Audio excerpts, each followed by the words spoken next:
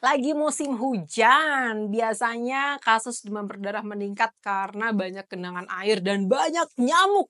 Di rumahku juga banyak banget nyamuk. Kesel banget ya.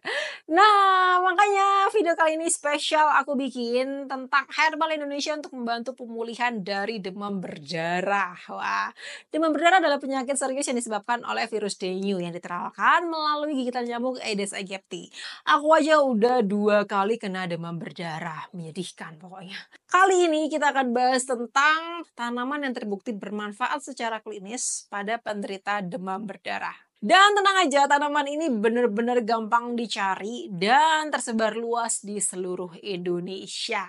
Oke, aku sedikit menjelaskan tentang gejala demam berdarah ya. Jadi kalau teman-teman ngerasa gejalanya itu demam tinggi mendadak, biasanya pada waktu siang maupun malam hari, paginya itu nggak demam, terus siang malamnya mulai demam, lalu terjadi demam pelana kuda ya, 1, 2, 3 hari itu demamnya tinggi, terus hari ketiga, hari keempat itu demamnya mereda, 4 ke 5, 6 itu mulai tinggi lagi. Nah ini perlu waspada, oke?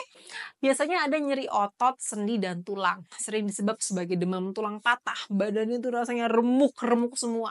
Lalu sakit kepala berat terutama di bagian belakang mata, mual, muntah, kehilangan nafsu makan, ruam kulit. Biasanya kalau ditensi atau dicek itu ada merah-merah perdarahan merah, bintik-bintik merah gitu. Kadang bisa muncul perdarahan yang tidak disadari seperti tiba-tiba gusinya berdarah, BAB berdarah atau kencing berdarah. Dan hasil yang paling signifikan dari hasil lab ya. Jadi ada penurunan jumlah trombosit yang terdeteksi melalui pemeriksaan darah. Jika tidak ditangani dengan baik, dapat berkembang menjadi perdarahan internal, tekanan darah rendah hingga kegagalan organ dan ini yang menyebabkan kematian. Oleh karena itu, penanganan cepat dan tepat sangat penting untuk pasien yang sudah diketahui menderita demam berdarah. Sekarang kita akan bahas tentang herbal Indonesia yang terbukti membantu pemulihan demam berdarah. Yang pertama, daun pepaya atau Sharisa papaya. Wah, ini banyak banget ya pastinya. Ternyata daun pepaya dikenal karena kandungan flavonoid, papain, dan vitamin C yang membantu meningkatkan jumlah trombosit, mempercepat pemulihan sumsum tulang, serta mengurangi peradangan pada tubuh. Studi klinis menunjukkan bahwa konsumsi 25 mili ekstrak daun pepaya 2 kali sehari selama 5 hari dapat meningkatkan jumlah trombosit hingga 35% lebih cepat dibandingkan dengan kelompok kontrol atau orang-orang yang tidak mengkonsumsi daun pepaya. Penelitian pada in vitro itu mengkonfirmasi aktivitas antiinflamasi pada daun pepaya yang mempercepat regenerasi jaringan, apalagi pada penderita demam berdarah. Kalian bisa menggunakan daun pepaya segar, dihaluskan, dicampur dengan air, lalu disaring dan diminum. 25 mili ekstrak daun pepaya 2 kali sehari selama 3 sampai 5 hari untuk meningkatkan trombosit dan mempercepat pemulihan demam berdarah.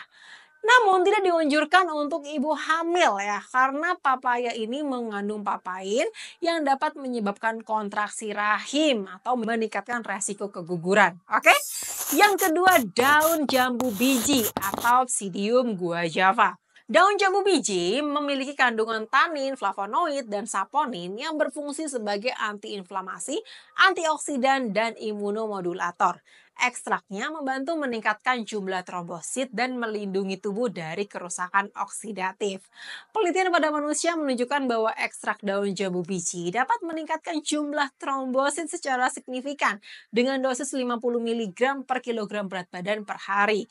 Nah, kandungan antioksidan dalam daun ini membantu mengurangi stres oksidatif yang dapat memperburuk gejala demam berdarah. Cara pakainya, teman-teman bisa merebus daun jambu biji sebanyak 5 lembar, diminum 2 kali sehari. Ya, tapi perlu diperhatikan, konsumsi air rebusan daun jambu biji berlebihan itu dapat menyebabkan iritasi lambung. Jadi konsumsi secukupnya saja 3 sampai 5 hari hingga demam berdarahnya usai. Oke?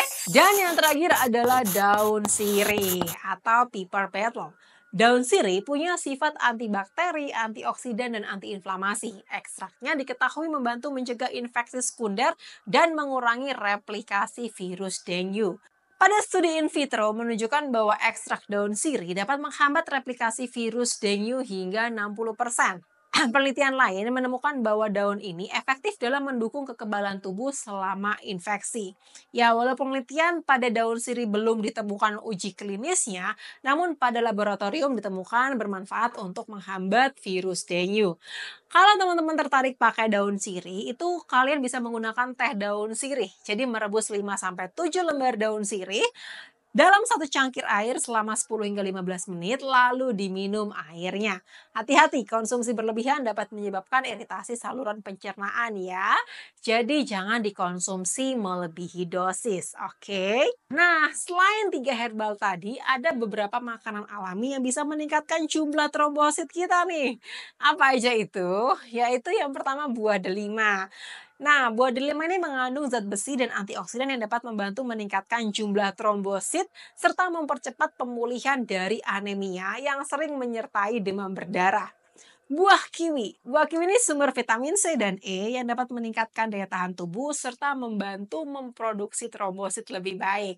Labu. Labu ini kaya akan vitamin A yang mendukung regenerasi sel darah dan memperbaiki fungsi sumsum tulang kita. Daun bayam. Nah, mengandung vitamin K yang membantu pembekuan darah dan meningkatkan jumlah trombosit. Jeruk dan lemon. Ini kaya vitamin C yang memperbaiki fungsi sistem imun serta membantu penyerapan zat besi untuk mendukung produksi trombosit. Angkak.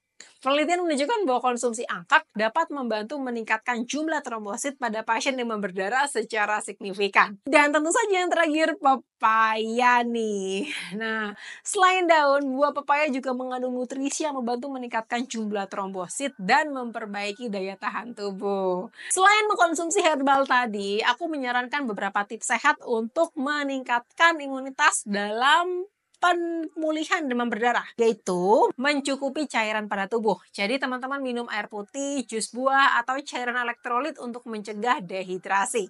Istirahat yang cukup, ya biasanya demam berdarah kan lemes banget ya.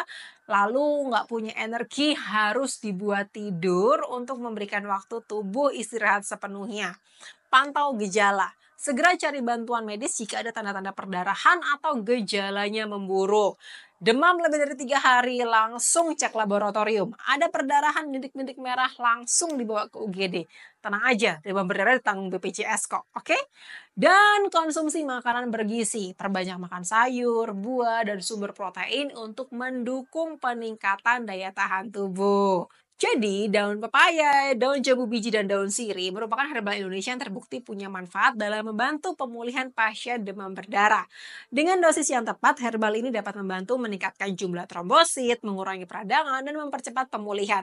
Namun penting ya untuk selalu berkonsultasi dengan dokter sebelum menggunakan herbal, apalagi kalau mau dikombinasi dengan obat-obatan medis sebagai bagian dari pengobatan. Dan tentu saja, karena penelitian-penelitian ini belum systematic review yang populasinya besar banget, gunakan secara bijaksana, jangan berlebihan, di mana penelitian lebih lanjut diperlukan untuk memastikan keamanan dan efektivitas penggunaan herbal ini secara luas, serta dosisnya yang tepat dan optimal nih teman-teman. Kalau ada pertanyaan atau ada yang ingin diskusikan, silakan komentar di bawah ya. Dan dari teman-teman, see you di video lanjutan ya. Bye-bye.